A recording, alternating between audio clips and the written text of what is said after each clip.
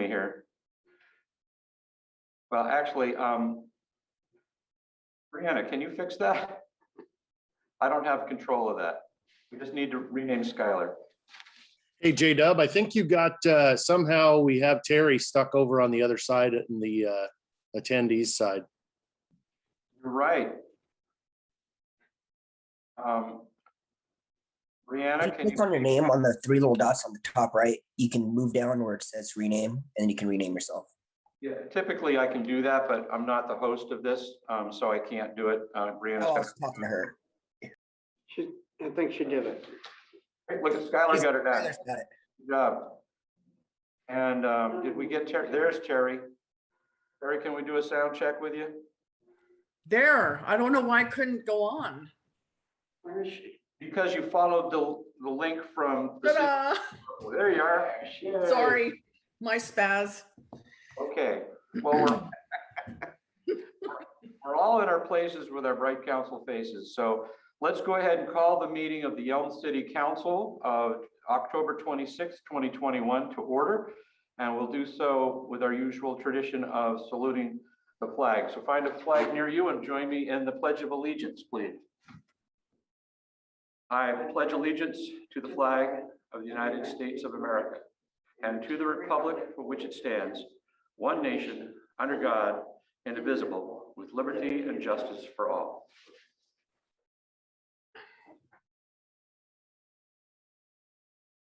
Thank you.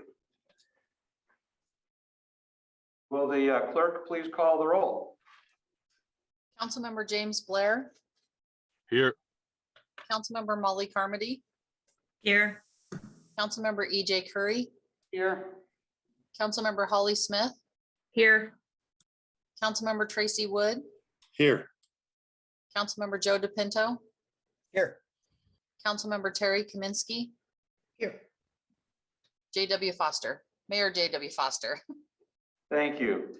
Also here, see Terry, it's not so bad when you get forgotten. We catch up. Thank you. It's karma for me. I'd also like to welcome our attendees from the community, Debbie, Josh, Tim, thanks for joining in. And we also have a number of staff who are joining us tonight. You'll notice that I am wearing my mask. That is because I am in council chambers along with Council Member Curry, who's also wearing her mask as we're following our citywide COVID protocol for indoor spaces. The rest of our council members are attending by Zoom, and we'll work together to make sure that everybody has an opportunity to be seen and heard when the time arises. So with the, I want to bring attention, before we do the agenda approval, I want to have the council look at the agenda. We had to modify it slightly. You'll see that under new business, we have those both listed A and B as first readings because we still need to have the two public hearings, and we didn't advertise for those quickly enough to get them properly advertised. So tonight you'll have some information presented, but on the 9th and the 23rd, you'll have the two opportunities for public hearing. And then that still keeps us on our timeline for council action in December. So with that modification made to the agenda, I would seek approval of said agenda. Mr. Mayor, Tracy Wood, I move we approve tonight's agenda. Second. Seconded by Council Member Curry. Any discussion? All in favor? Aye. Great. We Aye. have a roadmap. And so now we start right off with one of our favorite things to do. As the school year has started again, the City of Yelm, Rotary Club of Yelm, the Yelm Community Schools, and some local business partners join forces to celebrate some of our more outstanding students. Tonight we have our first recipient for the school year. We're really glad to be joined by Skyler Myers. They're on the screen to the right of Holly. And I want to tell you a little something about Skyler and the program, and then maybe Skyler would want to join us and say a few words. So Skyler is a phenomenal Yelm High School senior who embodies what it means to be a servant leader. She founded the People of Color Club at Yelm High School and serves on their board. She also served as an alternate junior school board representative, is a member of the National Honor Society, and is balancing these school activities and more while being a running START student. Skyler is also a member of the Washington National Guard. She's excited to serve her country while earning money to pay for college. Skyler is looking forward to college and a career in law or politics. We have no doubt that she'll be a force to be reckoned with and will leave her mark on the world. She's an amazing representative of Yelm High School. Please join the Rotary Club, the City of Yelm, and our business partners in congratulating Skyler. A virtual round of applause. Skyler, can you say hi? We'll have to unmute. Can everyone hear me? Yes. Awesome. I just kind of feel really special right now. Honestly, I do what every student should be doing, trying to make our community and our school a better place. I didn't think I was gonna get recognized like this, but I feel glad that some of my efforts have been recognized. It has been a hard year, and I feel like everyone should be recognized with their hard work. A lot of students have been working hard, so I can't wait to see who's going to be the next student of the month, and hopefully they get the congratulations I've gotten. So I'm really excited. Thank you. That's awesome.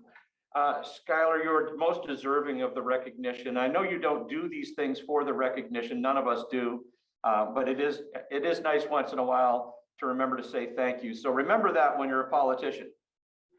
Remember the little guys. Yes, thank you. Now, I just do want to show you all. In fact, actually, I need to unblur my video so you can see this better. Hold on a second. I want you to be able to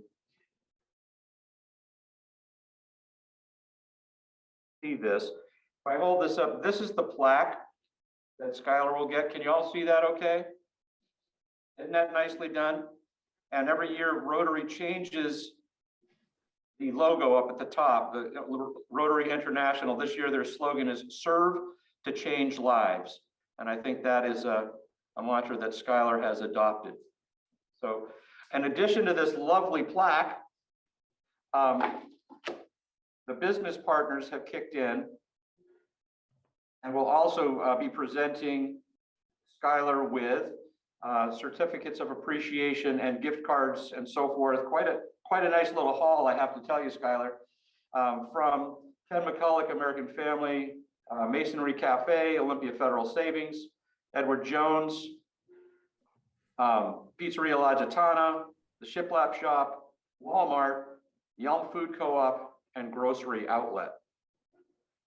So really cool. Thank you for taking the time to come in and visit with us tonight, and good luck with all of your future endeavors. Thank you so much. And you're more than welcome to stick around and watch these exhilarating city council meetings. That's always, or you can go do your homework. Yeah, I do have a lot as a college student. It's a lot. All right, we'll catch up with you later. Take care, Skyler. Bye. All right.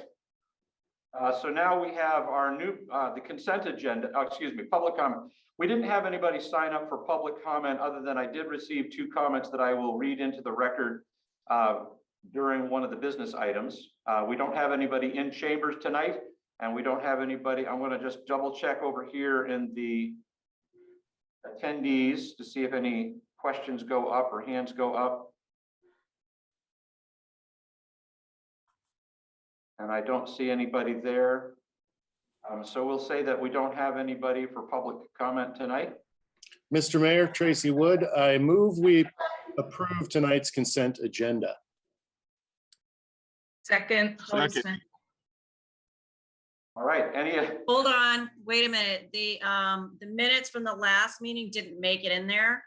So I'd like to amend Mr. Wood's motion to approve the consent agenda pending the addition of last meeting's minutes. I don't know if that should have been in the agenda or the consent agenda.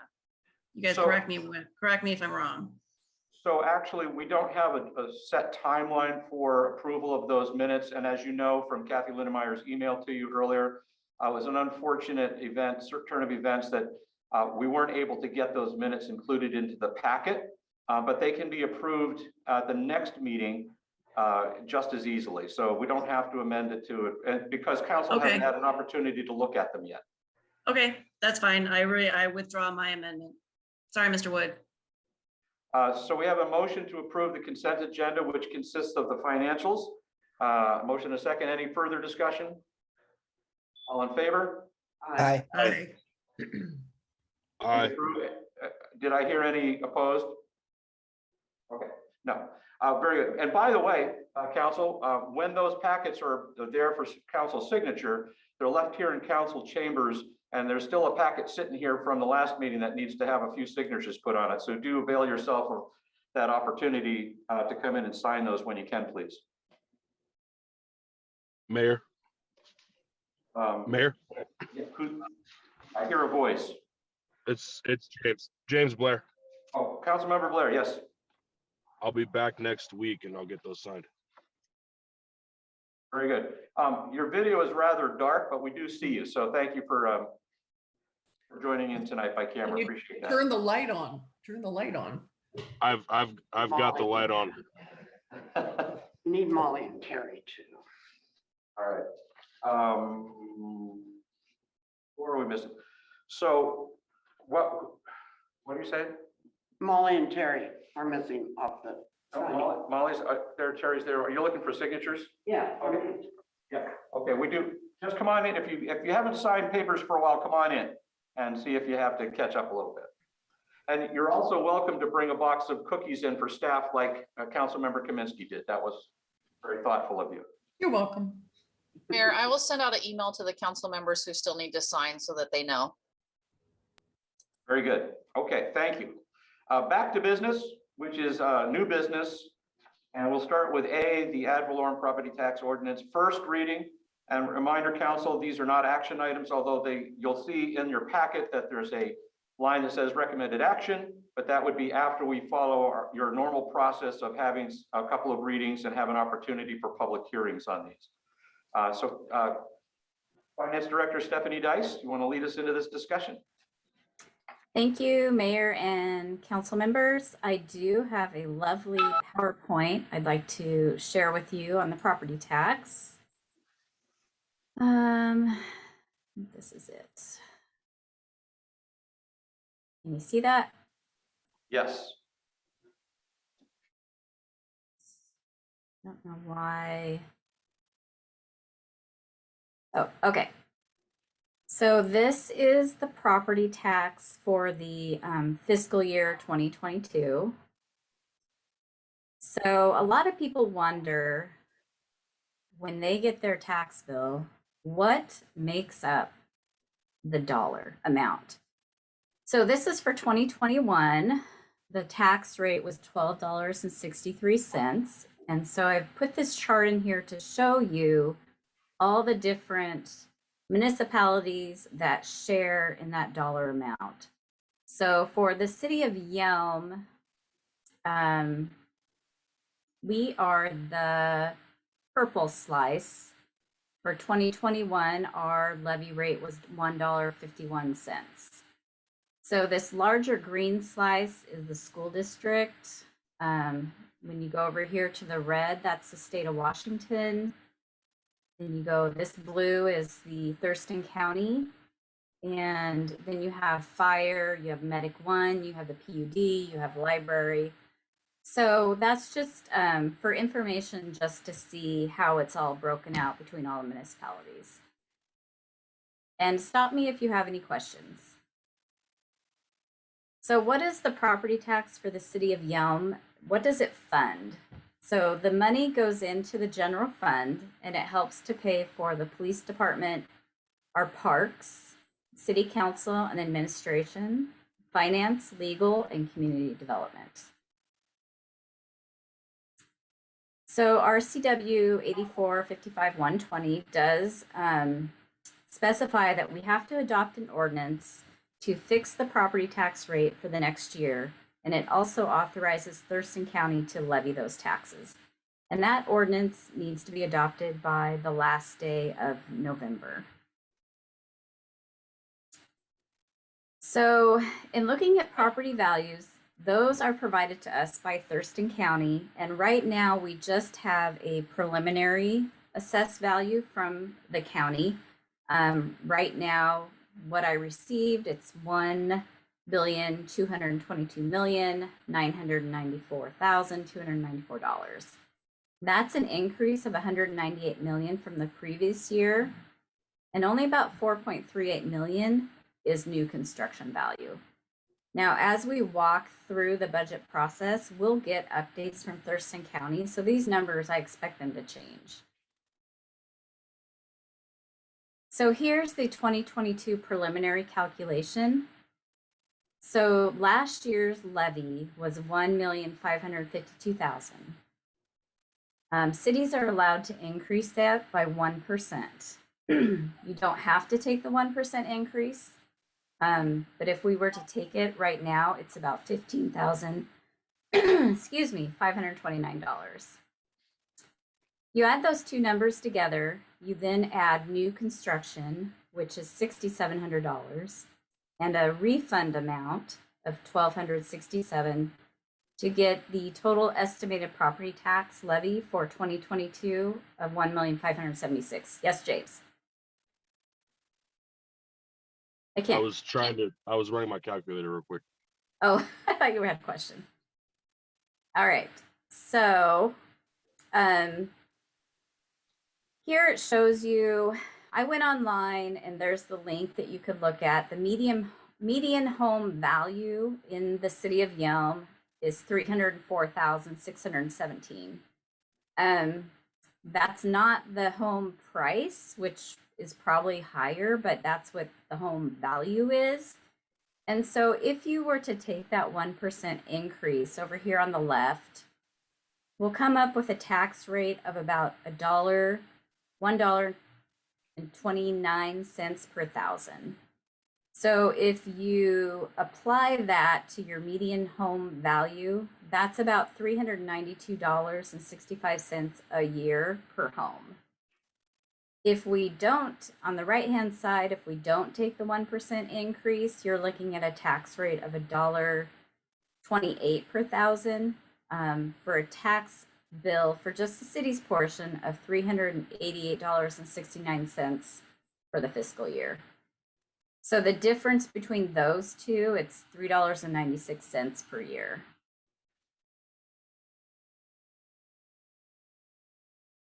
So what are our next steps? We'll have two public hearings that's required by RCW. We'll do them on November 9th and November 23rd. And then, as I said earlier, we would want to adopt the ordinance no later than November 30th. As I get updated numbers from Thurston County, I will bring those to council just to keep you informed of what the assessed values are, what the value of new construction is, and that sort of thing. And that's all I had. Do I have any questions? Go ahead, James. Yes. I can't hear you. So the ad valorem, is this just for, this is going to be a vote on whether to take the 1% or not? It's a vote for the entire amount of the property tax, and we can decide to include or not include the 1%. I don't know if this is a point where we can like speak openly or anything. I'm hard no on taking the 1% increase myself. I don't know how everyone else feels, but from that, when I minimized out, I was running my calculator. Just from the assessed values alone, people are getting hit with a 16% increase. That's huge. And so, I mean, if us not taking the 1% even helps a little bit, then I don't think we should do it.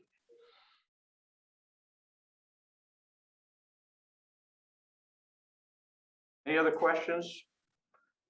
This will come before council again. Stephanie, keep going. I did have one more comment.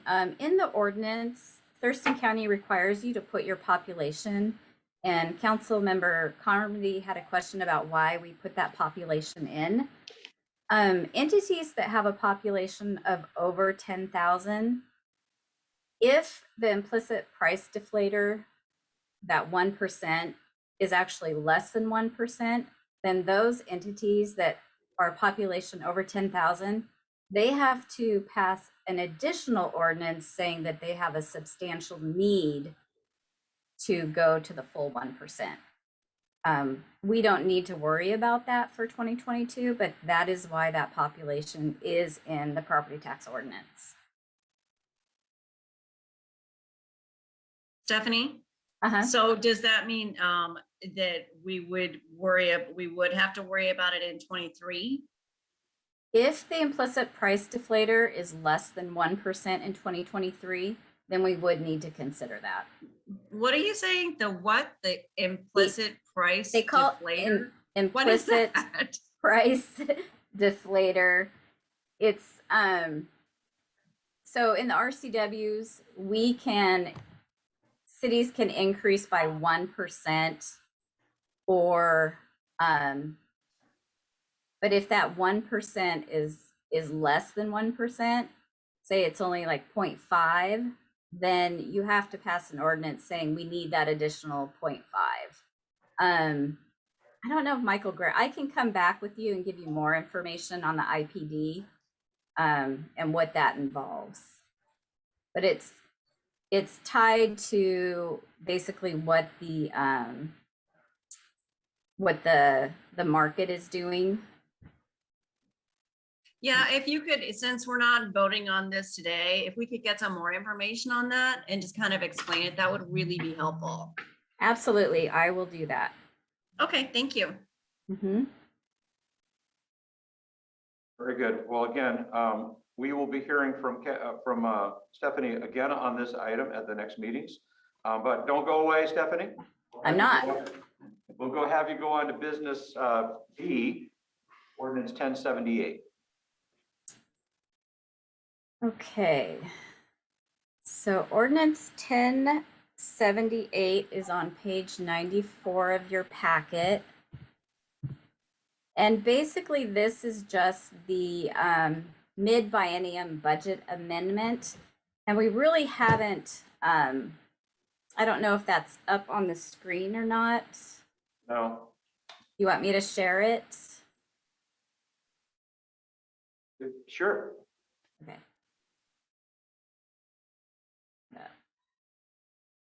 Okay.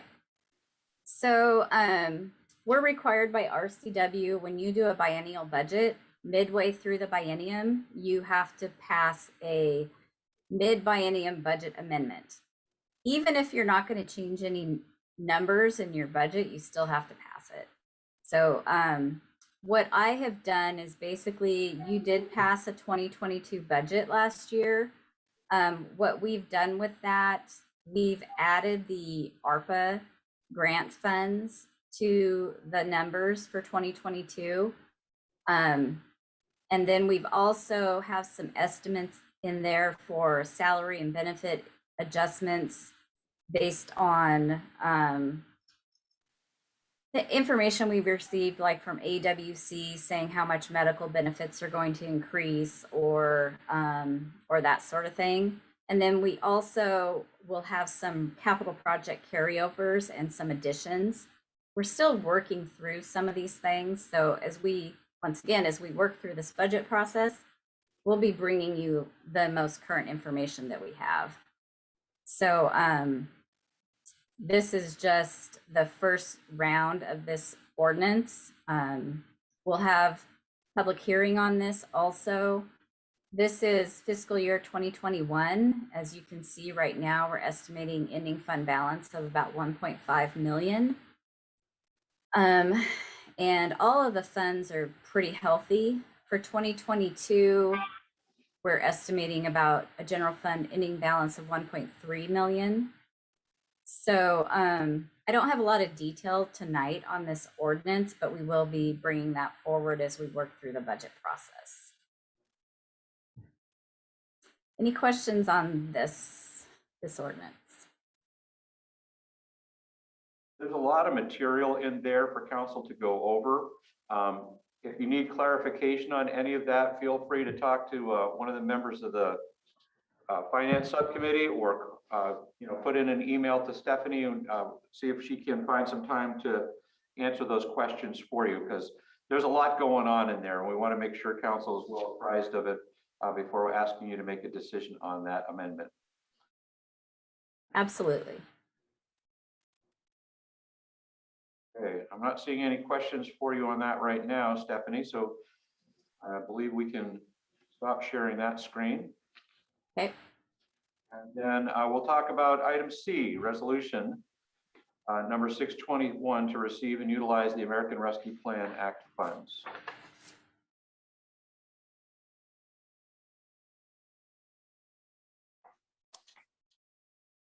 Yes.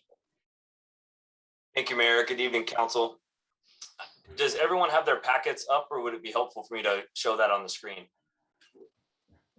Share your screen if you can there, Michael. Alrighty.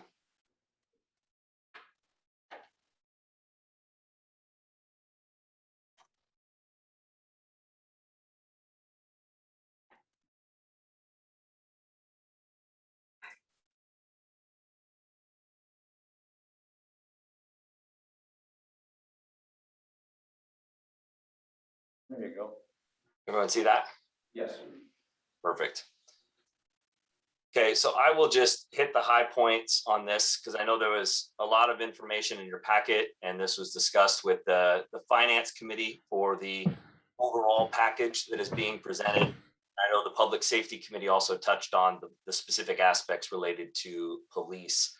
But there's a lot of information here. There was a lot of attachments and additional PowerPoints. So glad to just walk through this at the macro level.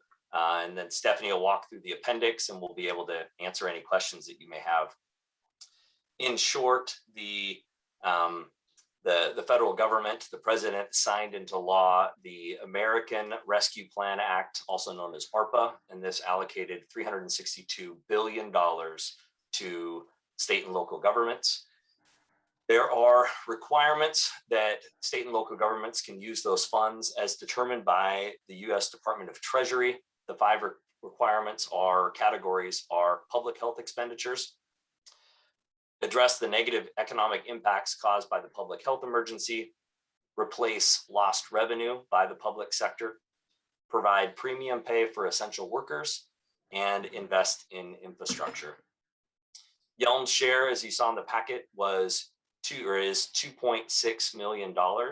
It'll be made in two payments, one this year and one next year, each in the amount of $1,320,188.67. Our share originally was lower. What happened was there were a few cities, at least one, maybe two, that we know of that opted out. They said, hey, we don't want this money. Those funds were then given back to the Department of Commerce, and it was just reallocated, redistributed. And so we have not received another increase that I know of in our allotment. Stephanie, obviously correct me if I'm wrong. And so $2.6 million is now our share because of those communities that opted out. The funding must be used by December 31st, 2026, and it's eligible to cover costs or investment that council makes or approves between March 3rd, 2021 and December 31st, 2024. There's, as I said, a bunch of information in your packet, and I know the committee's previously discussed this. Just to provide the same context to all of you, when we were looking at developing a recommendation for council, one of the things that we looked at to use this money was being mindful of what our highest priorities are, our big rocks, so to speak, and those priorities that frankly, we don't have the money for, but if we're going to advance them, we will need the funds to do. And Stephanie will walk us through Appendix A, which essentially has two options for your consideration. I just wanted to give you information that both these options invest in categories that were approved by the U.S. Department of Treasury, and they would cover expenses that we would otherwise have to find money for. And as you've seen in Appendix A, but just to highlight it for you, paying the assessments off on the 640 acres would enable us to own the property free and clear. And if you go with option A, it would eliminate us from paying any interest on that anymore, which is a nice financial move, smart move for us. And then once we own the 640 acres outright, we obviously have title to it, but once we own it free and clear, then we can utilize that land at council's discretion, consistent, of course, with the city's comprehensive plan, which you've adopted, and the transportation plan, which you've adopted. It would also pay for cameras that are required by state law for our law enforcement operations. It would also protect our officers and the residents with body cameras and car cameras, which provides greater transparency in law enforcement. And it would also be used in the recommendation to restore funding to the ER&R fund, or the equipment rental and replacement fund, which is what we use to invest in remote technologies for the hybrid environment that we're all operating under now under COVID. The approach, option A, would result in, after making all of those investments using these funds, there would still be money left over. And because of the way that we were making the investment, or proposing the investment to be made, there would be $170,000 to be used at council's discretion in 2021. And there would be 1.3 million to be used at council's discretion in 2022. I know there was some conversations amongst council of what those funds could be used for. There were some great ideas, but that's a lot of money that could be used for a lot of other investments in addition to what's being recommended today. So I'd be glad to just pause there and answer any questions. Otherwise, I'd ask Stephanie to walk us through option A, and I can pull that up as background. Michael, can you see the hands? Or do you want me to call on people for you? If you could call, that would be great. Okay, we'll go in the order I saw them. Councilmember DePinto, Carmody, and then Kaminsky and Smith. Thank you, Mayor. Michael, I thought the number was closer to 1.4 million for that 640 acres. Is it over 2 million? Is the accurate number? Yeah, here, I'll pull it up just so I'm not quoting numbers out of thin air. So can everyone still see my screen? Yes. Okay, so this is what is in your packet. There's $2 amounts, and this can be confusing. So that's a great question. There's the assessments that we owe, which you can see here. But then there's also the amount of the loan payment, which is around, let's see. Stephanie, I'm not seeing, it's not jumping out at me. Where's the loan payment on this? So the commencement bank loan. Yeah, that one. So the total lien against the 640 acres that is the responsibility of the city of Yelm. If you look at the, whoa. I bumped it, there we go. Okay, if you look at the bottom left corner, see that payment in full, 2,194,320. That is the total amount that needs to be paid by the city of Yelm to purchase the 640 acres free and clear. To pay the assessment. This document was provided to us by the public finance company that has administered this LID from the beginning. And we have gone over this ad nauseum with him, and that is the figure that we have to work towards paying off. Could you go over that delinquent interest? Has that been paid by the city of Yelm at all? Has interest been paid on this at all? Or was that what we accrued from when we took it over?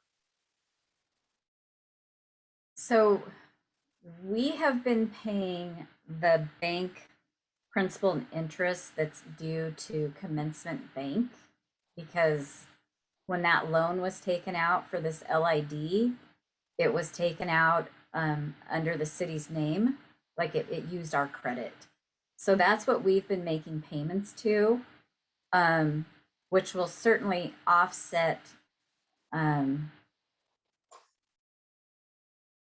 some of the, it's hard to explain, but what's on this paper is what's due.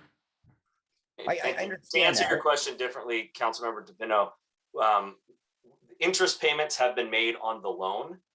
There is not interest that we have not been making interest payments on the delinquent assessments. That's why the assessments have been accruing in the name of the previous owner, which is what brought us to here. But when we took over, did we start making those payments? Not that I'm aware of. No, as you can see in the under delinquent installments, those are the due dates, those are the principal, those are the interest, those are the penalties, and those are the amount overdue. So short answer is no. So, and when did we take this over? And was it 2018 or 2019? I believe that's right. So I'm just curious why we weren't paying that 168,000 after we took it over, though. Instead of no, okay. I'll ask the question privately. Thank you. We'll go with Councilmember Carmody. Joe, could you put your hand down for me? Thank you. Thanks. Okay, so my question is on this back 640 here that I've been calling it.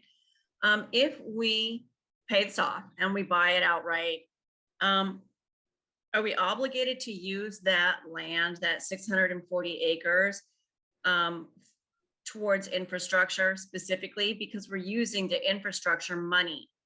And I don't see that just buying a piece of land consists as infrastructure. I mean, would we have to use it for, say, sewer or water or electricity generation or anything like that? I mean, that's one of the things that we were asking Stephanie at the finance meeting, and she wasn't sure. So I think that's one of those things that we were going to talk about here today, is whether or not the entire 640 has to be used specifically for infrastructure.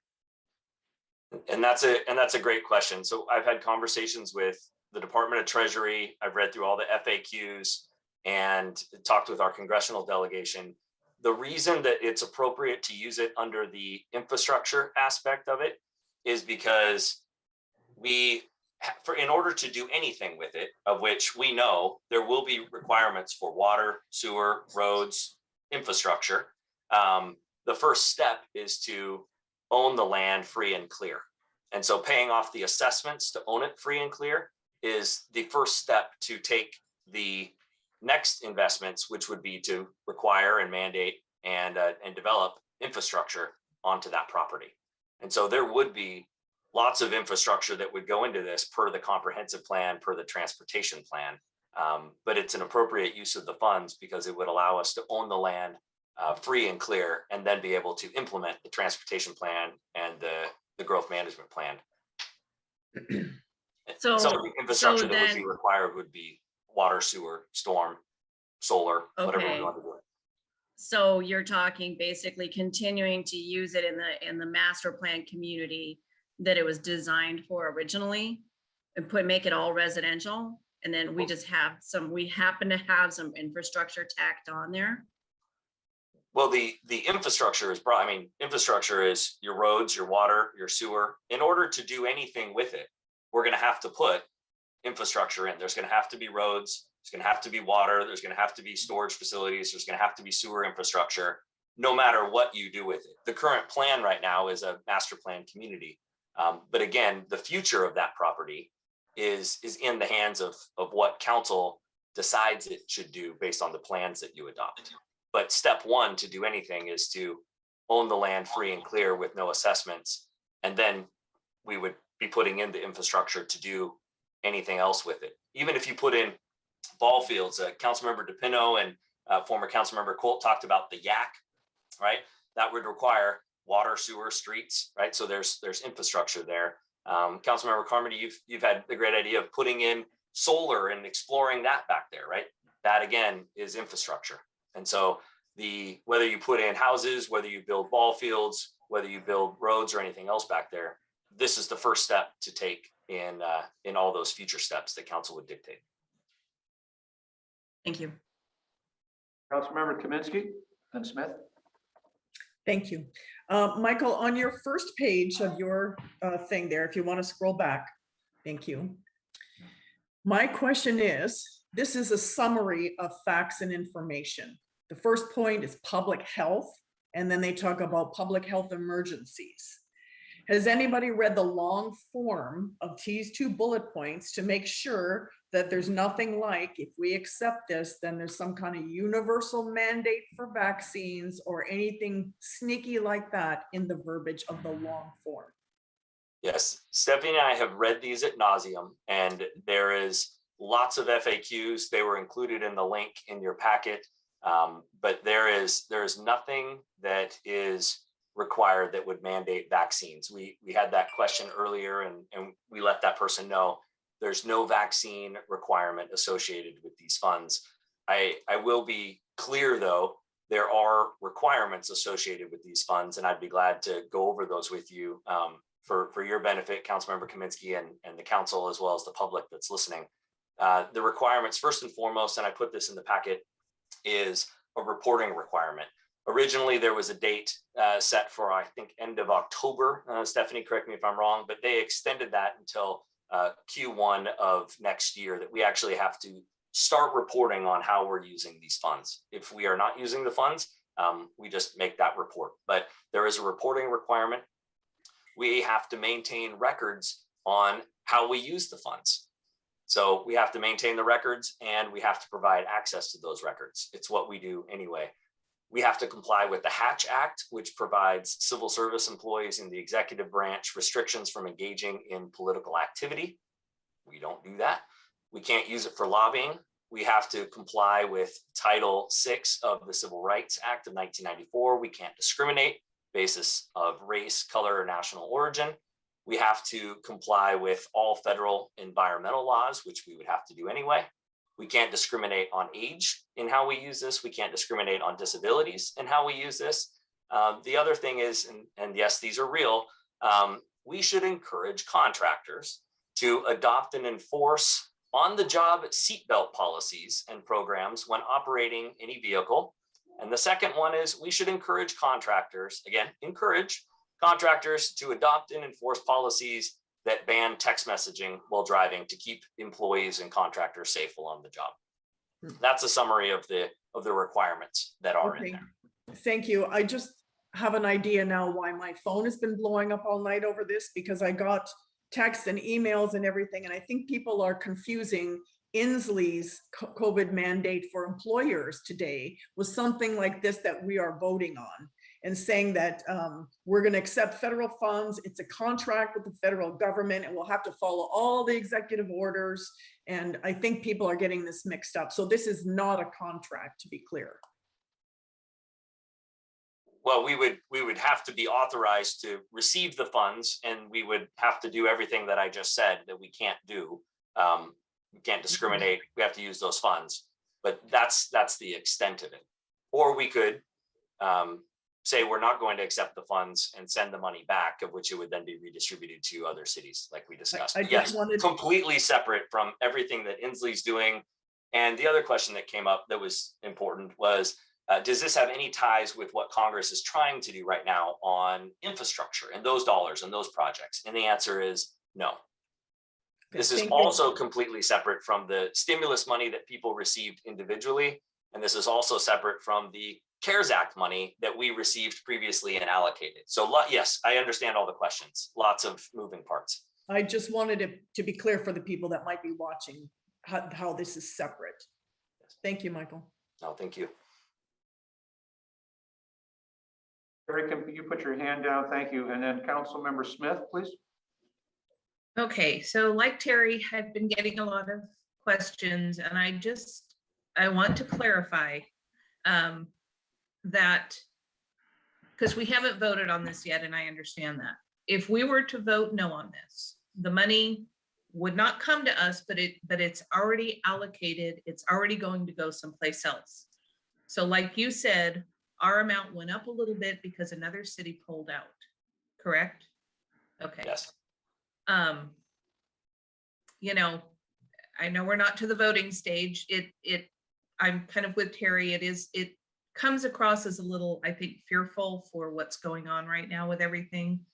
So I want to be clear that I understand and the people listening understand that if this money's already been allocated out, if for some reason we didn't take it, it's just going to be split up and the other cities are going to gain from what we chose not to take, correct? Yes, and realistically, you won't even get a thank you card from other mayors in jurisdictions. They'll just take the money and they'll No, spend it. yeah. So Okay. I'm going to jump into Holly. I think it's such an important question. And we've had a couple of comments as well that I was going to read their names into the record on this. Similarly fearful, but Michael did a great job of outlining that. This does not obligate us to follow any of those rules that people are afraid of. It's not going to mandate us to use that money in any particular way. It authorizes us to use the money in several ways, but you council members are ultimately going to be responsible for how each one of those dollars is spent at some point. First, you just have to say, okay, we'll take the money, no strings attached. And then you'll make decisions on how you'll use the monies based on recommendations from staff and finance committee. And the other important distinction, thank you, Mayor, is that that's why it's important to have Stephanie walk you through Appendix A, because the way we're using this money to use towards paying off the assessments for the 640 acres, that actually frees up other money. And I don't want to overcomplicate this because Appendix A speaks to this, but essentially if we have assessments that we owe at this amount, but the loan amount is here. So hypothetically, right, the assessments that we owe are 2.6 and we go spend 2.6 on the assessments, but the loan is 1.2. We can all do the math on what that delta is. Well, then that's money that comes back to the city because you pay the loan off, you pay the assessment, and then the council has that money free and clear. So when we say at the end, not only will you, and if you go with either option A or option B, would you own the 640 acres free and clear to do with it whatever council deems appropriate, and makes the investments in infrastructure and restores and pays back the funds for that were allocated for ER&R and public safety. That 173 doesn't even have to be allocated. That's money that would come back to us and doesn't even have to adhere to these US Treasury requirements and guidelines. So that's also an important distinction, that when you make that decision on what to do with that extra 143,000 in 2021 and the million plus in 2022, you're not even bound to these 5 categories that we mentioned earlier. I'll scroll down to Appendix A and Stephanie can either walk you through it or answer any questions that you have. I have one more question from Councilmember Kaminsky here. So you probably can't answer that, but this is a standalone document. And should we ever be, say, audited at the end of 4 years, they can't insert some condition that we have to comply with that we didn't know about now that we might have to do later because it wasn't said now. And you're sure. Yes. You know what I mean? No strings attached. You can't come back and say, we took your money and now you got to do this for us. Yeah, we should not hear back from them unless they have a question or a concern about the way that we reported the money.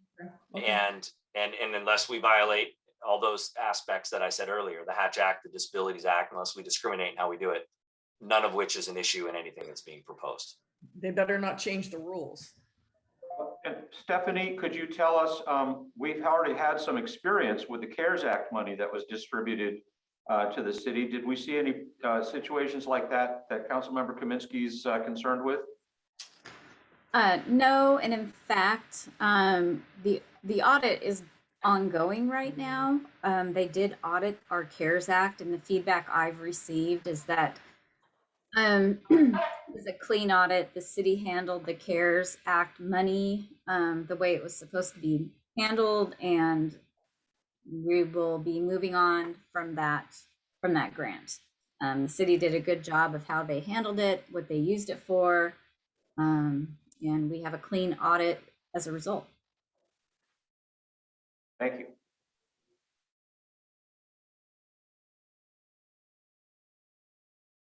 These are good So questions, Council. Any other questions before we dive into the details, or do you have any questions about option 1 or option 2?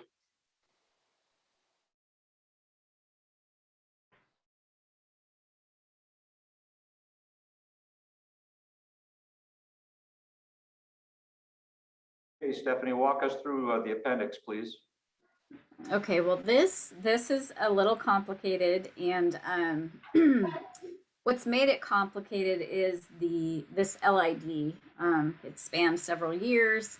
There's been several different staff people involved in it, and so just trying to build a clear picture of the history of this LID has been a little time consuming and a little difficult. But this first page, we just are laying out the key facts of how the city would be able to clear the title on the 640 acres. So we know that to clear the title, we have to pay off the LID in the amount of $2,194,320. We know in the second section, the outstanding loans used to fund the LID projects, we have an outstanding loan balance at Commencement Bank of $1,179,000.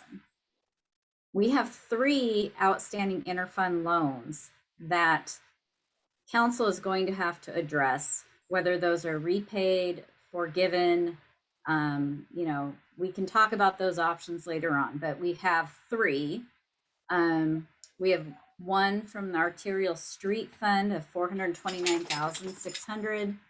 We have one from Fund 302, which I think is a municipal building fund of $85,000. And then we have a sewer fund interfund loan of $950,000. So those we know are the true balances of any outstanding loans used to fund this LID. The cash available to purchase the 640 acres, we know at Commencement Bank, there's a balance of $258,277. And we also know the ARPA funds are going to total $2,640,000. So those are funds available to pay off the LID, do some other projects, and move on. So what we've done is we've come up with 2 options on how to accomplish this. And Michael, if you'll go to the next page. I don't have the scrolly. James, I see your hand, but I want Stephanie to finish her whole presentation if you would be patient with us, and then we can go back to questions. So both of these options are going to span probably 3 years. So option A is that we make a partial assessment payment to the LID that would enable the LID to pay off the loan at Commencement Bank. This is going to save about $105,000 in interest, and it would then allow the city to take that $258,000 that's sitting at Commencement Bank as a balance. We would be able to take that money, declare it surplus, and use it for general fund purposes. So that would allow us to fully invest in the police cameras in year 1. And then in 2022, also in year 1, that would leave about $173,688 for council to use at their discretion. That's not ARPA money. That'll go back to the general fund, and the council can use it however they want. In year 2, we would take that second ARPA payment and we would pay off the remaining balance to the LID assessment. And then we would have about $305,000 left of ARPA money in year 2 that council could decide what to do with it, as long as it would fall within those 5 buckets required by the grant. Some of it we could reimburse the city for costs that we've already incurred, such as some of the IT investments that the city has spent money on, but not been reimbursed. We didn't have enough CARES Act money to reimburse us for those. So some of that 305,000 could be used to reimburse the city. But again, that money would have to fall within the ARPA guidelines. Then in year 3, we would declare all the remaining funds in the LID guarantee fund as surplus, and those would be transferred back to the general fund. And that's when the council would need to decide, what are we going to do with these 3 outstanding interfund loans? And that, that's something to be decided later on. In addition, in year 3, there's $331,000 of outstanding LID assessments from other participants.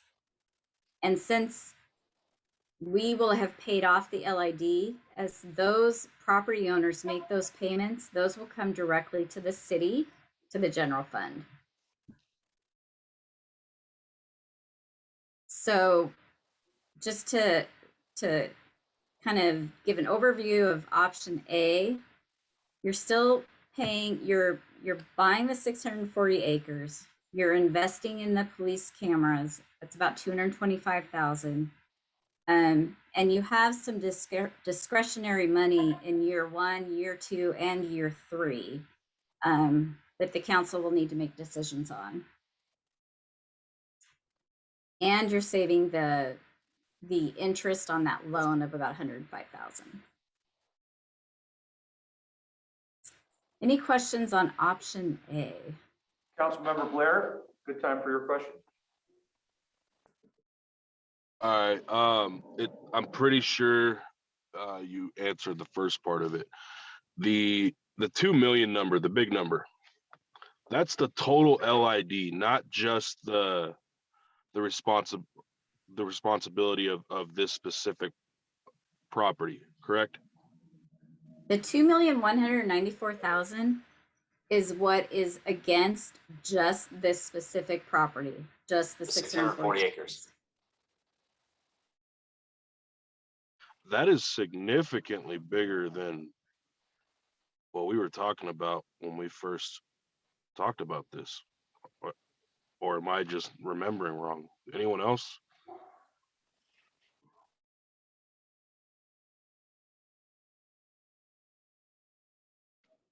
I don't know. For some reason, I was thinking that number was a lot smaller, because I thought we were talking about.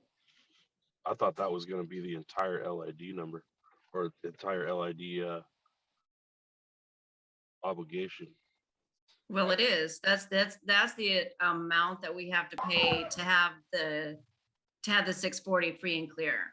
That's just what we gotta pay. 2.2 million, basically. Yeah.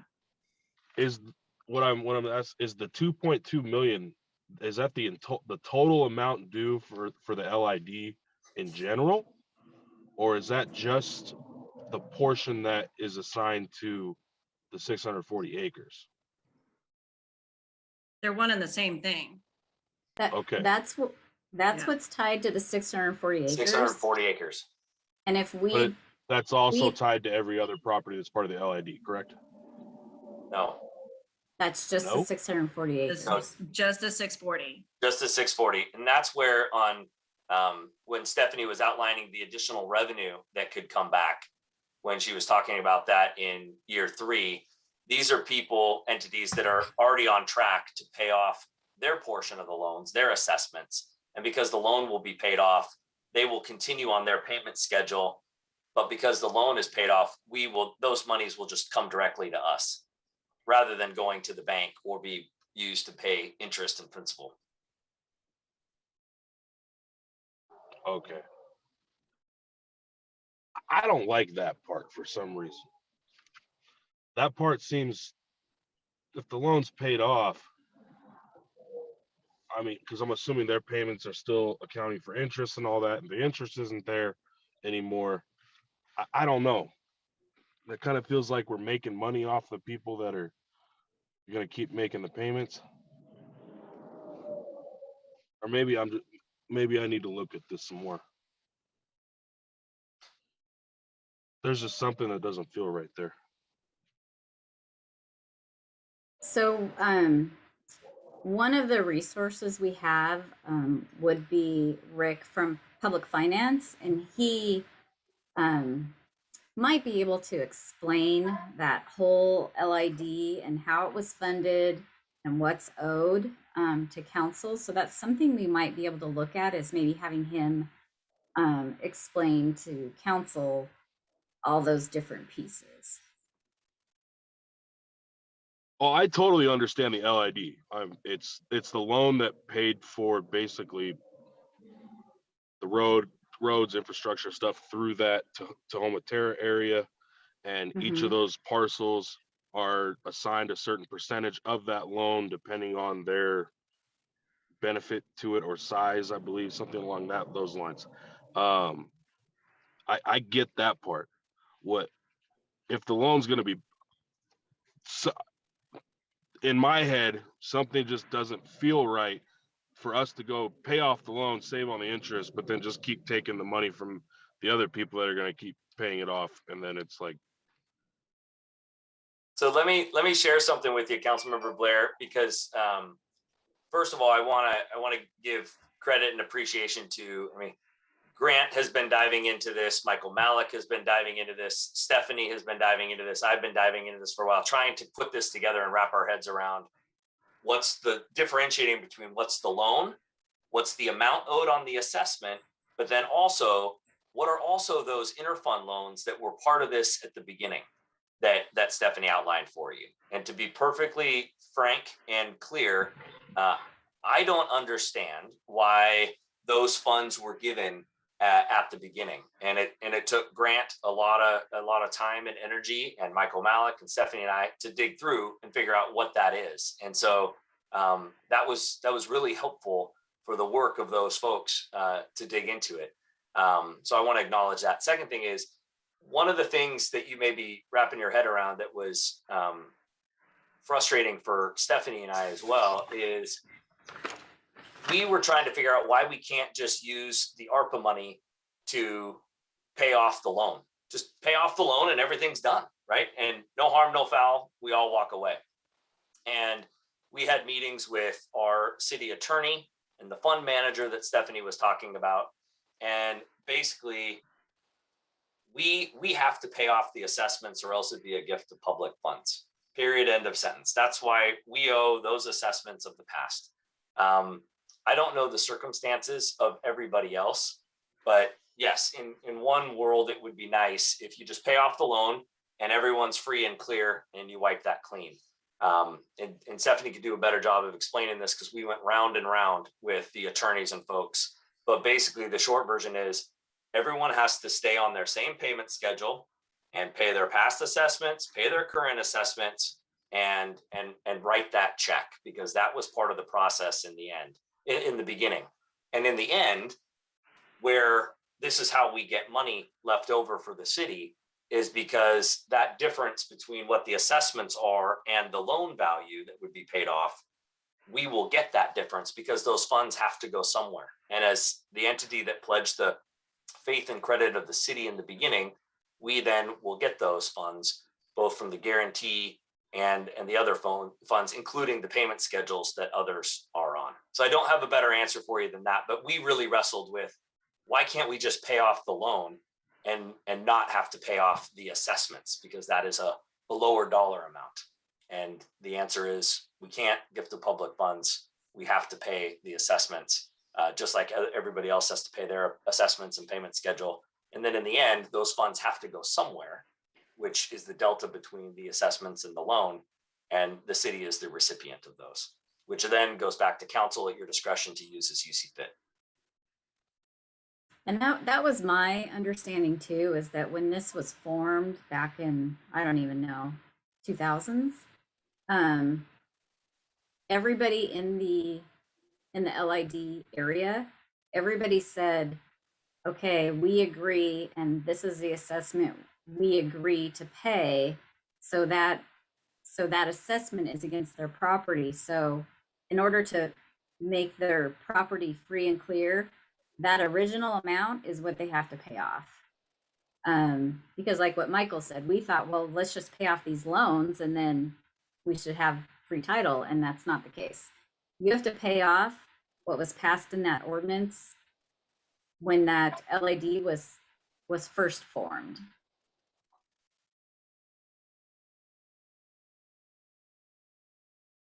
Councilmember Smith, you were patiently leaving your little hand up there. My question got answered. Thank you. Okay.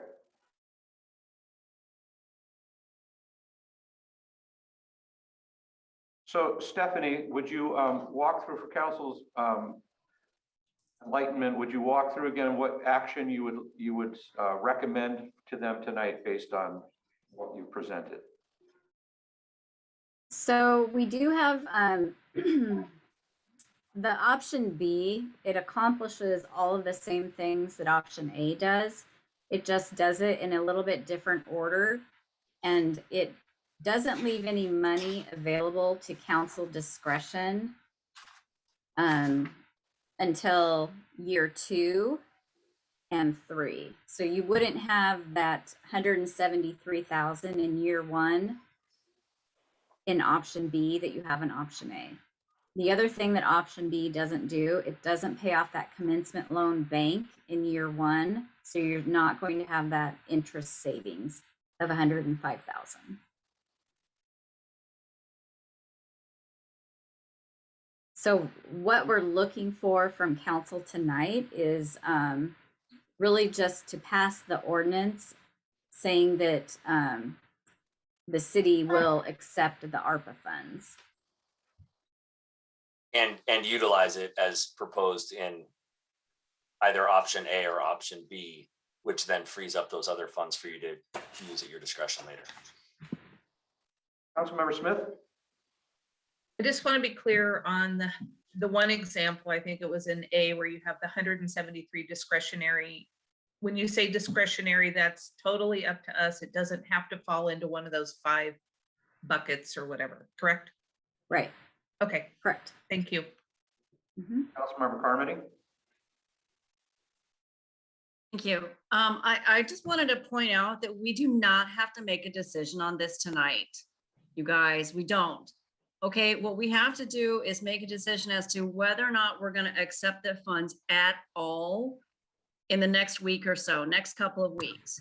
We do not have to decide how to use the funds until 2024. We have a lot of time to figure this out. We don't need to rush through this.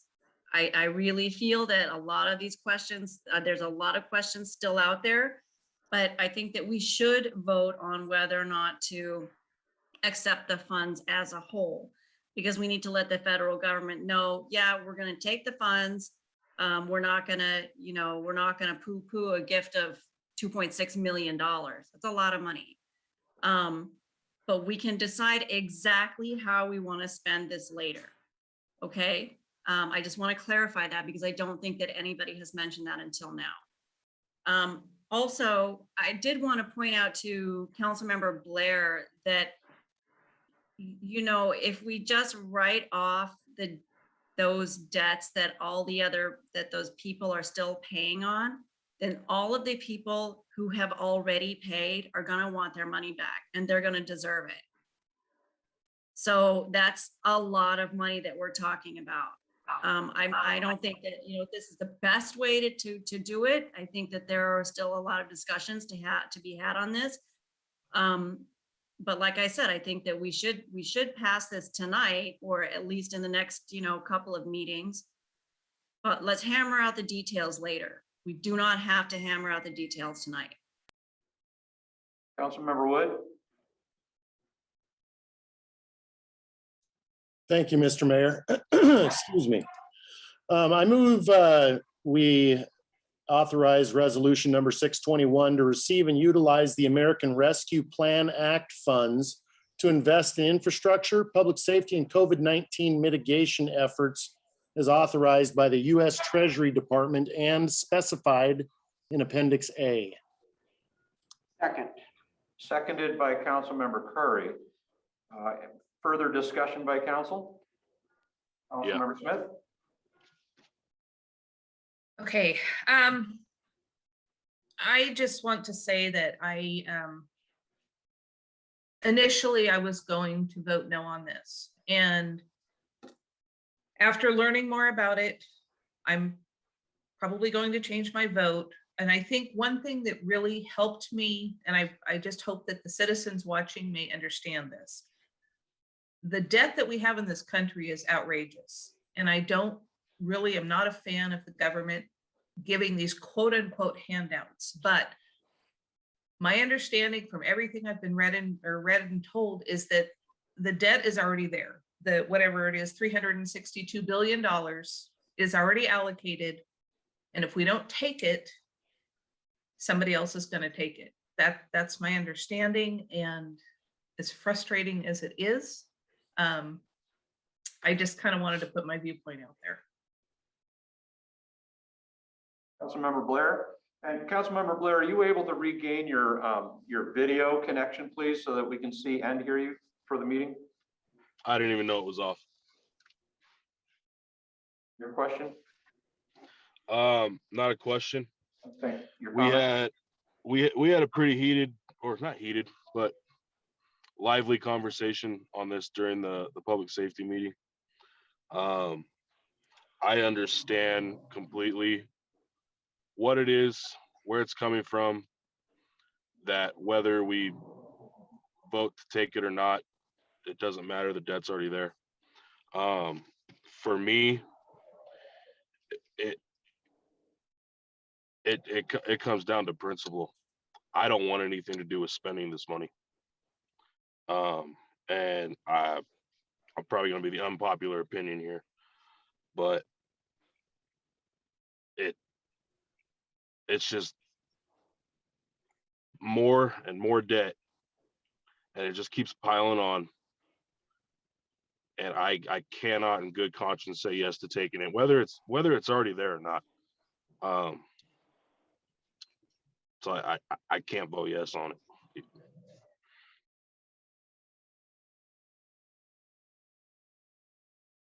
Before I'll call for the question, I do want to read into the record. I did receive through two different means of communication to the city comments from two citizens, B. Coleman and Audrey Sheedy, who wrote comments that basically just said they would urge the council to not approve this resolution. Neither of them documented that they were actually City of Yelm residents, but I did tell them that I would include their comments in the meeting tonight, so I've done so. Councilmember Kaminsky. Yes, I just wanted to echo Holly's very thoughtful words. We're just living in a time when we don't know who to trust. We don't know what's going on. Things are happening that we don't like. We don't want to be forced to do things. And it's just this new culture in our country, and nobody wants to be stupid. And we want to be thoughtful. And I just really honor what she said, because we just really want to do the right thing and for everybody's good. And I hope this is all over really, really soon, and we never need any more government money.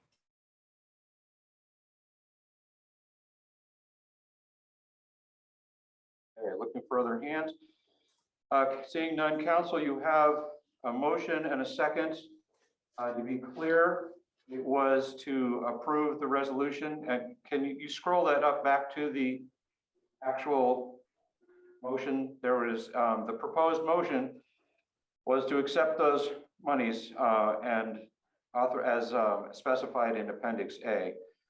If there's no further discussion, I believe I'll call for a roll call vote. And your aye vote would be to accept those funds, and your no vote would be to not accept those funds at this time. On that question, Councilmember Blair, how do you vote? No. Councilmember Carmody? Yes. Councilmember Curry? Yes. Councilmember Smith? Yes. Councilmember Wood? Yes. Councilmember DePinto? Aye. Councilmember Kaminsky? I'll sigh as well. Yes. Motion passes. I want to thank particularly Stephanie Dice for the extreme work that she put in especially through some very trying moments here, to get all of this figured out, and Michael Graham and all of the partners that work together to fully understand this project. And I think that the council has done a good thing for Yelm. Thank you, council. We will now go to old business, unscheduled. We'll go to updates, starting with City Administrator Graham. Thank you, council. I have a couple of things here for you, and then I know we need to get to your reports and then into the executive session. The few things I wanted to highlight are, first and foremost, there will be a ribbon cutting and public celebration of appreciation for everyone involved in the water tower. As every one of you knows, it was a tremendous effort by a small group of dedicated people and talented artists and workers that really made this thing happen. And it was a great collaboration, a great partnership. And we're excited to celebrate that. And that'll be done November 23rd, prior to the council meeting. And then what we'll do is we will record that, and then we will play that back during the presentation part. So anyone that did not want to or could not celebrate the public celebration aspect of it can actually watch it on the video at the council meeting. So we'll be doing that on November 23rd. I wanted to highlight for all of you the volunteer opportunities, just to encourage anyone who's watching at home or any of your networks. The Tree Advisory Committee has 3 positions. The Historic Preservation Board has 2 positions, and the Parks Advisory has 1 position that's available. All the information about boards and commissions is on our website, as well as the application. So if you know anyone in or outside of the city limits, please encourage them to apply to serve in those positions. I wanted to update you on the legislative agenda. At the last meeting, I asked you to send me any ideas that you had for policy or funding requests. I have not received any to date, but what we're going to do is we're going to put this on the next meeting for the study session, and that gives you a little more time if anyone has any priorities that you'd like to see. And what I'll do for you, as I've done in the past, I'll roll up your ideas, I'll roll up the ideas and priorities from our regional partners. I'll roll up the ideas and priorities from staff, from their perspectives, and we'll put that on one list and let you have a conversation about it at a study session. So that way you can see what everybody is thinking and determine the path forward for your legislative agenda. So with that, the other things at the next meeting will include, there's a couple of other hot topics on the big rocks. We'll be talking about the next steps for the Habitat Conservation Plan. We'll be discussing the next steps in the funding for the water reclamation facility, which our public services team has been working really hard on. And we'll also be talking about park impact fees, which is a conversation that the Public Services Committee and the Public Services staff have been having. So those are the items on your study session agenda. I'm also, lastly, I'll conclude with really excited about the new hires that we have made in the police department, and I'll leave the details and timing for a report by the public safety committees, but really excited to have these officers. It's going to be a great addition to our police department.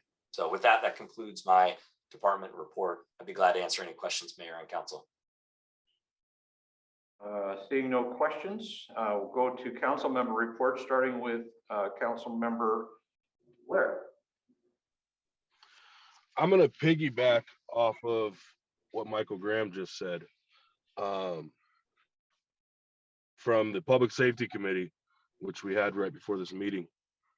The most exciting part for me was we got those 3 new hires, and Chief Stansel is really excited about them.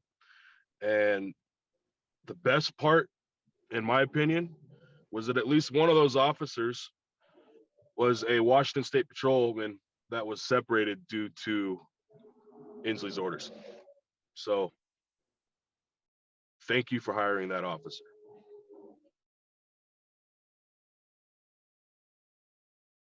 Anything else from your extraterritorial committees, James? SWAC or anything? Nothing new on SWAC. I think the next meeting will be sometime in the next week or 2.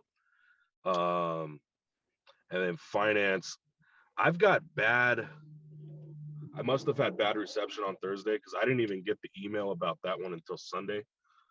So I unfortunately I missed the finance meeting. But I'll be back in town next week. Okay. Councilmember Carmody. So I was at the finance meeting. And basically, we did talk about the stuff that we talked about today, which was the budget amendment, the ARPA, and the property tax increase. So we kind of went over that in depth and in detail. I attended the public services meeting, and we talked about a potential water. Oh my God, I can't even think of the word. There was the sewer, the water treatment sewer plant surcharge. In order to build the sewer, we're gonna have to raise some more money, and that means asking the people for more money. We're talking about an extra $20 a month, but don't forget that we've already decreased the water bill by $20 a month. So basically, it'll be a break-even thing for everybody in Yelm. You know, you're not gonna win, or you're not gonna spend more money than you already are. So that's a really good thing. And kudos to Cody Colt for figuring out how to do that by you know, tweaking the water bill and tweaking the WRF bill. So we may have to vote on that sometime soon. We also talked about the fitness pad, that little extra new pad of concrete that was laid out next to City Park a couple of months ago, and what to do with it and how to fund any kind of a fitness pad sort of thing. We talked about a park impact fee, which is basically not for existing city residents, but it would be for new residents to say, look, if you know, if you're gonna, or not residents, but the builders, if you're gonna build here, then people that are coming into these new subdivisions or new houses or whatever, they're gonna be using the parks. So just include an impact fee in with the building. And then we, you know, and we kind of went back and forth on that. I don't think we decided one way or another if that's a good thing or a bad thing. Terry, you might be able to remind me what we decided on that, if anything. And then we also talked about this a really cool organization called the Park Foundation. And the Park Foundation is a nonprofit organization in Thurston County that specifically is designed to collect money from different foundations for cities. So for example, a city can't apply for grants from a lot of foundations because they will only give money to nonprofit organizations. So if we wanted to apply for a grant for, say, I don't know, a new outdoor amphitheater for, you know, a Shakespeare in the Park sort of situation, we couldn't apply for a lot of these grants because we're not a nonprofit. But there's this group out there in Thurston County who specifically has decided, well, you know what, why don't we become a nonprofit group and make it so that we can apply for all of those grants for our cities, and then we'll organize and sort of channel those funds into the specific city. So the Park Foundation would apply for the grant for us for that outdoor amphitheater, for example. So we talked about joining that, and Terry and I were super duper excited. It sounded like a really fun thing. Joe was pretty excited about it too, but you know, Joe doesn't show emotion quite as much on this sort of thing as Terry and I do. I went to the Law and Justice meeting. LEADS is expanding. LEADS is a program that channels or funnels potential mental health patients into like mental health, not a facility, but counseling as opposed to jail. So, or, you know, drug rehabilitation instead of jail. So that's, the LEADS program is talking to Yelm about getting Yelm involved in that. I think that Chief Stansel or Assistant Chief Carlson could probably, you know, talk more about that. We also discussed defendant tracking so the defendants don't get lost in the system. And then we also discussed, data tracking of the different defendants in the system and whether or not we even should do that. At my intercity transit meeting, we expanded the fare free experiment by another 3 years because we started it at the very beginning of COVID and our numbers just plummeted. Obviously, bus riding went to zero. So we're expanding that test by another 3 years so that we can really get a good idea of ridership. What else did we do? We talked about emission-free bus lines and the different studies and the different options that are out there, including, electric buses versus hydrogen buses and all the really cool technology that's out there. I think that's it. Thank you. Okay. Councilmember Curry. Well, we have a water tower meeting tomorrow afternoon with Cody to finalize the ribbon cutting or dedication of the water tower, which has been a worthwhile project. The senior center is having a haunted scavenger hunt on October 30th from 11 to 7. And there's picture opportunities and there will be scary people there, I've been told. And then myself and several people from this group attended the funeral of a Yelm icon, Cecilia Jenkins, who will be very much missed in the community. That's it. Councilmember Smith. I attended the steady meeting and a couple of things that I thought were interesting. One of them, they are looking at the trailers and the motorhomes that are parked on Enside Road in Olympia.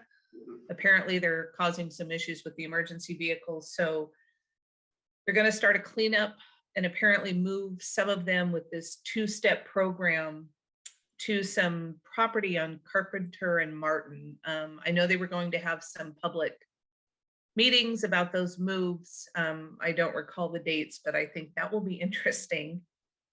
The other thing is they are starting to do trail feasibility studies get the trails going between Rochester, Grand Mound, all the way down to Chehalis.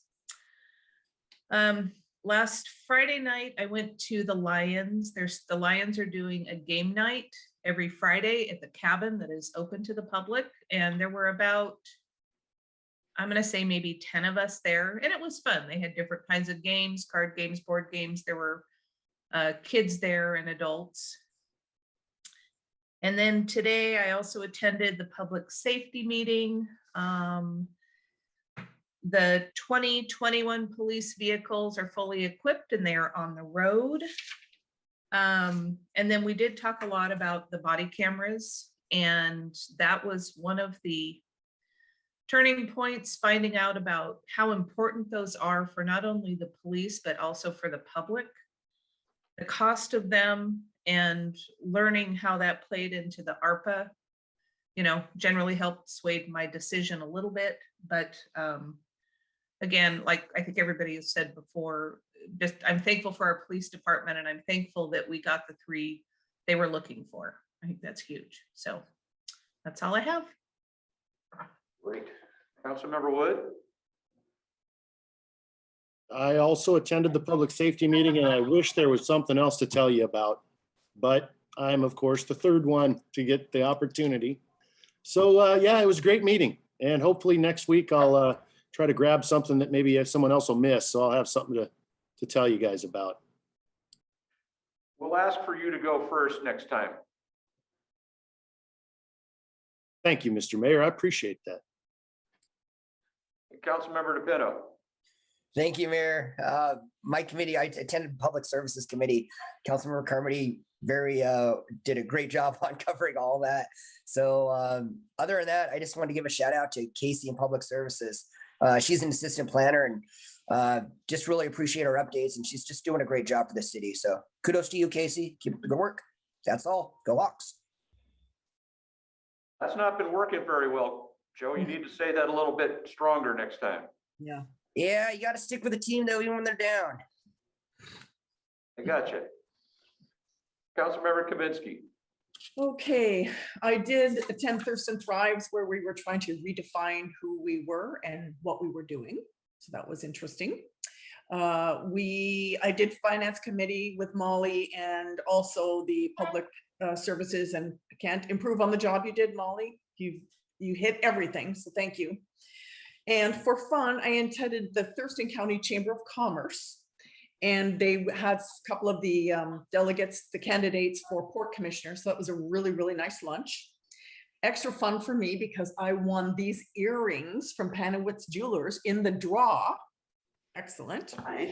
And while I was there, I hooked up with Kelsey from PSE, and she put me in touch with the right person for the boxes for PSE. Artility. So finally, I have some info and an application form. So I'm going to look into that for us. And then Sarah has been kind enough to include me in her little renderings for some of the wayfinding signs. So that'll be fun. And I would like to probably put more money in the budget for the next cycle for beautification. And also Cody, a reminder, he is going to talk to the people that did the lights on the water tower and see if we can light up some of the trees for the Christmas season and for safety, Chief Stansel, and other reasons. So those are my projects. Wow. Thank you. You're welcome. Congratulations on those earrings. Oh, they're really nice. Sparkly. Yeah, angles. Okay, thank you. For my report, on the 14th, I attended the Risk Management Services Agency Member Expo. There were some really awesome presentations. I attended it by Zoom. There was an overview of insurance trends relative to some huge settlements and market availability of coverage. And what that means to us is that we can anticipate seeing an increase in the premiums that we'll have to pay for overinsurance through RMSA. So it's all going up. Particularly cyber, their report was that ransomware is up 486%, with an average downtime of 20 days for these cities that are affected by this. Bad actors were in the systems that they affected for an average of 180 to 210 days before discovery. And this just gave me pause to do a shout out to our awesome IT team who have kept us safe. They are diligent. They're constantly reminding us to be very careful with our connections, our emails, and they've just done a good job of keeping us safe and not letting our system go down due to hackers and so forth. So thanks to them. And then there was a great presentation on how to care for our first responders, our police officers, through an organization called the All Clear Foundation. And I've been talking to the chief about looking into that more on another way to help protect our officers and prolong their mental and physical health through their full career. The same day, I hosted a conversation with Thurston County Health Officer, Dr. Dimyana Abdulmalik. It was a COVID-19 town hall that the health department wanted to put on, and they asked me to be the moderator. Questions were submitted by the public, and Dr. A answered them, and then follow-up questions from me. You can find that recorded session on the Thurston County Health Department's YouTube channel, and the minutes will have the actual link to that in them. I'll send that to you, Kathy, so that people could go to that. It's about a 20-minute video and it answers some of the most often asked questions about COVID-19 and the vaccinations. I also wanted to remind you at Kathy's request that she has sent out the information to the council about the elected officials essentials training that you can take advantage of. This is of particular interest to new council members, and that information will be sent out again after the elections are certified. But it's a great reminder. You don't have to just take it once. It's a really good training program that people should take advantage of.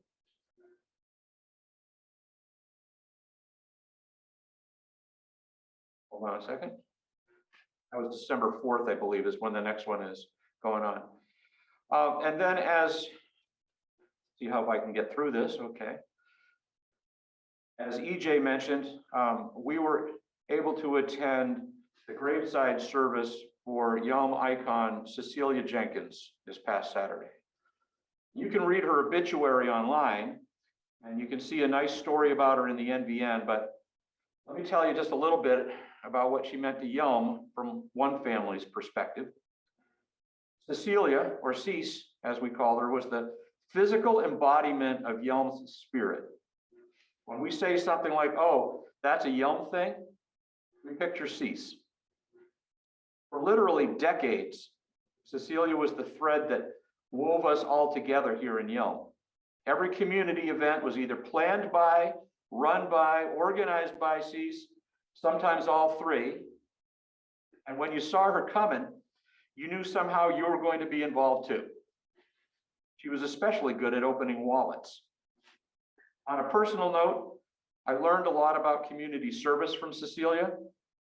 Our children all were student ambassadors with the chamber, and they appreciate how that opportunity provided them with practice interacting with adults and really opened doors for them. They say thank you, Cease.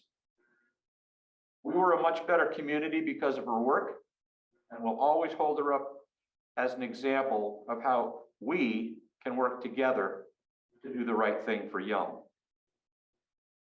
And I'm going to be working with the Parks Department, the community schools, and the chamber to find a suitable way to honor Cease well into the future. And our first thought was to create a day of community service, the Cecilia Jenkins Day of Community Service, similar to what the tribe does with Billy Frank Jr. So we'll be talking to you more about that, but a life well lived. Thank you, Cecilia. Now with that, council, we have an executive session scheduled. I'll remind people watching that although the regular meeting will stay open, that'll have a timer on it. The only action that the council will be engaged in upon return from the executive session is to adjourn the meeting. That's usually just me and Joe. So there's nothing for you to wait around for, but if you're so interested in doing so, Brianna will be monitoring this particular Zoom meeting, and we'll update the timer if we have to ask for more time. It's a 30-minute executive session scheduled, so we will come back at 8:08 unless it's extended. And I'll remind council that you would have received another email from Kathy with the link to the executive session. So you'll close out of this Zoom meeting, go into the executive session meeting, and at the end, again, only a couple of you or just one of you has to come back in with me to the main meeting. You adjourn the main meeting. Everybody okay with that? Okay, we'll see you in the executive session.